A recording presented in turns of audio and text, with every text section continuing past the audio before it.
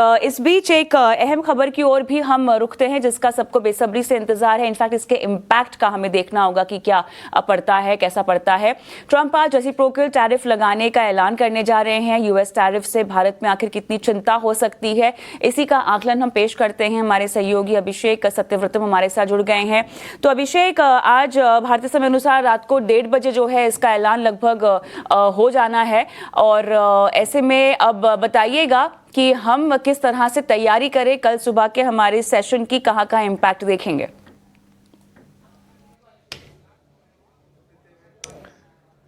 कविता, देखिए, पूरी दुनिया को इंतजार है कि डोनाल्ड ट्रंप रेसिप्रोकल टैरिफ को लेकर क्या करते हैं, क्या कहते हैं, कैसे नेगोशिएट करने की कोशिश करते हैं। लेकिन इन तमाम चीज़ों को ना समग्रता में समझने की और जानने की ज़रूरत है, और हम कोशिश भर कर रहे हैं कि चीज़ों को सही पर्सपेक्टिव में रखा जाए। देखिए, ये बात बिल्कुल साफ है कि भारत अमेरिका को सबसे ज़्यादा एक्सपोर्ट करता है। सबसे बड़ा एक्सपोर्ट जो पार्टनर है वो अमेरिका है।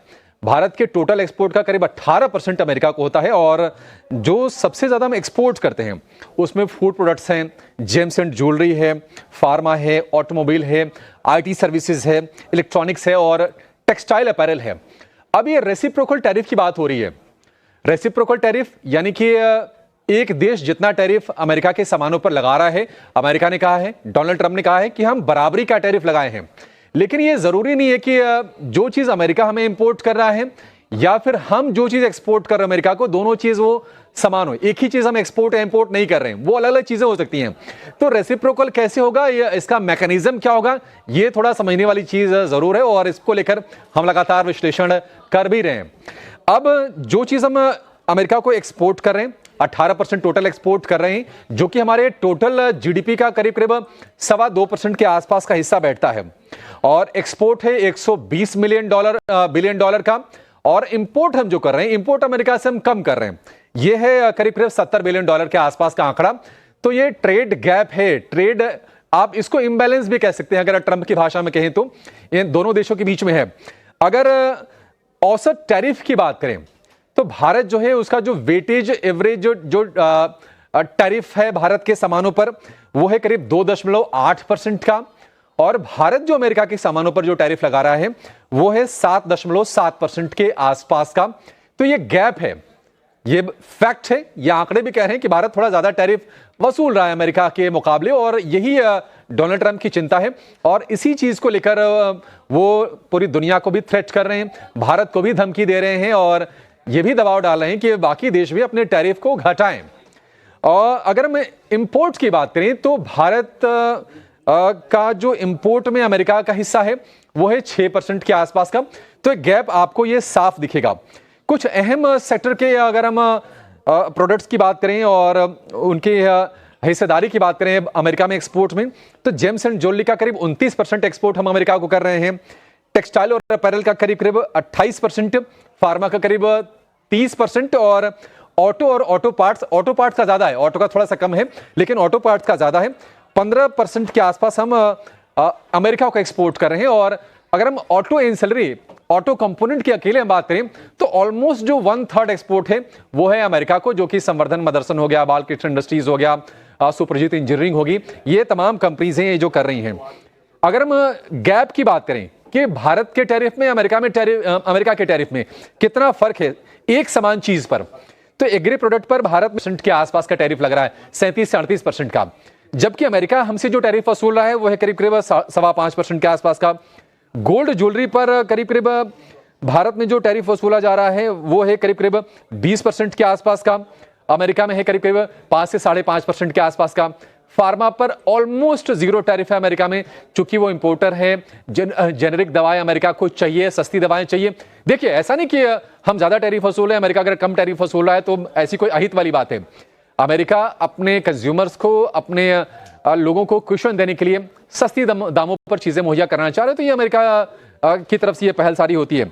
इंडस्ट्रियल अगर हम गुड्स की बात करें तो भारत में जो टैरिफ वसूला जा रहा है वो है करीब करीब 5.9% का, और अमेरिका में है वो 2.6% के आसपास का।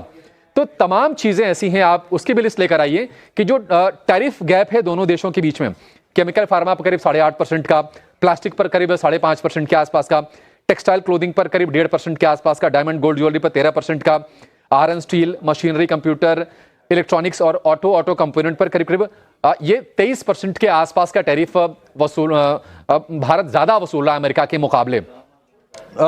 अरविंदो फार्मा, जाडस लाइफ, ल्यूपिन, सिप्ला, टोरेंट फार्मा, ये कुछ कंपनीज है जहां जिनका जेनेरिक एक्सपोर्ट ज्यादा है अमेरिका में। तो अगर अमेरिका रिटेलिएटरी टैरिफ या रेसिप्रोकल टैरिफ अगर हम कह दें कि अगर लगाता है तो हो सकता है कि इन कंपनीज को थोड़ा सा नुकसान होगा, लेकिन इस बात की आशंका कम है क्योंकि अमेरिका नहीं चाहेगा कि वहां पर दवाइयां महंगी हों, फिर लोग परेशान हों। अगर हम ऑटो कंपोनेंट के एक्सपोर्ट की बात करें तो टाटा मोटर्स का एक्सपोर्ट वहां पर होता है जो कि JLR के जरिए है। अब JLR की बड़ी बिक्री आती है अमेरिका से, करीब करीब 30% के आसपास की टोटल सेल्स अमेरिका से आती है JLR की, लेकिन JLR के प्लांट जो हैं वो यूरोप में हैं। अब वहां को लेकर अलग नेगोशिएशन चल रहे हैं अमेरिका से, भारत को लेकर अलग नेगोशिएशन होंगे, देखते हैं कि क्या कुछ निकलता है, लेकिन ये इस फोकस में रहेगा शेयर। आयशर मोटर अपनी 650 सीसी वाली जो बाइक है रॉयल एनफील्ड की, उसको एक्सपोर्ट करती है, लेकिन टोटल जो वॉल्यूम है उसका बहुत ज्यादा हम असर कोई देखेंगे नहीं आयशर पर भी अगर ये टैरिफ बढ़ता भी है तो।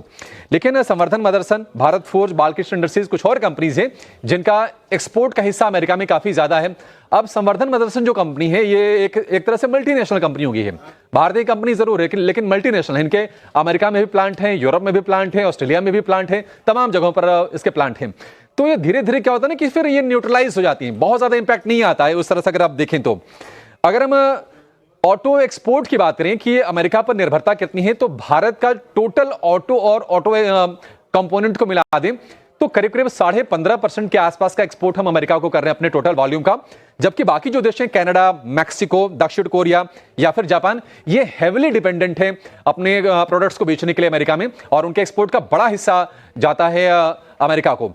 अगर हम टोटल एक्सपोर्ट की बात करें तो भारत का सबसे बड़ा एक्सपोर्ट नेशन है अमेरिका, करीब करीब 18% के आसपास का हिस्सा अमेरिका को, यूएई में करीब 8%, नीदरलैंड्स में 5.25%, चाइना में करीब 4% के आसपास का, और सिंगापुर में करीब 3.5% के आसपास का टोटल एक्सपोर्ट करते हैं। अब सवाल यह आता है कि अगर अमेरिका मान लीजिए रेसिप्रोकल टैरिफ लगाता है तो उसका असर क्या पड़ेगा। सबसे पहले असर तो यह पड़ेगा कि अमेरिका में जो सामान इंपोर्ट हो रहे हैं भारत से वो महंगे हो जाएंगे और महंगाई की मार वहां के कंज्यूमर को झेलना पड़ेगा, जो कि मुझे नहीं लगता कि ट्रंप ये चाहेंगे। बर्कशायर हैथवे के चेयरमैन भी ये आगाह कर चुके हैं कि इससे महंगाई बढ़ने का रिस्क है। दूसरी चीज ये है कि अमेरिका की टैरिफ से ग्लोबल सप्लाई चेन में थोड़ी सी डिसरप्शन हो सकती है, और दोनों देशों के जो आपसी रिश्ते हैं भारत अमेरिका के, शायद थोड़ी सी उसमें खटास आ सकती है। हालांकि मैं मान के चल रहा हूं कि दोनों देश आपसी सहमति से इसका कोई ना कोई हल निकाल लेंगे, और हो सकता है कि भारत भी कुछ टैरिफ में रियायत अमेरिका को दे दे, इसको म्यूचुअली अच्छे से हल कर लिया जाएगा। हालांकि भारत में अगर महंगाई की बात करें तो ज्यादा चिंता नहीं होगी, क्योंकि हम बहुत ज्यादा कोई अमेरिका से इंपोर्ट नहीं कर रहे हैं। हमारा क्वांटम जो है अमेरिका से वो थोड़ा सा कम है, अमेरिका में थोड़ा ज्यादा है, तो वहां पर तनाव ज्यादा है। और आखिर में एक चीज ये है कि जिन प्रोडक्ट्स का हम ज्यादा एक्सपोर्ट कर रहे हैं या फिर जो कंपनी ज्यादा डिपेंडेंट है अमेरिका पर अपनी आय को लेकर, उनके लिए शॉर्ट टर्म में थोड़े से चैलेंजेस बढ़ सकते हैं, लेकिन ये सारी की सारी चीजें भविष्य के गर्भ में हैं। आज रात को जैसा कि आप कविता बता रही हैं कि 1:30 बजे के आसपास वो फैसला आएगा।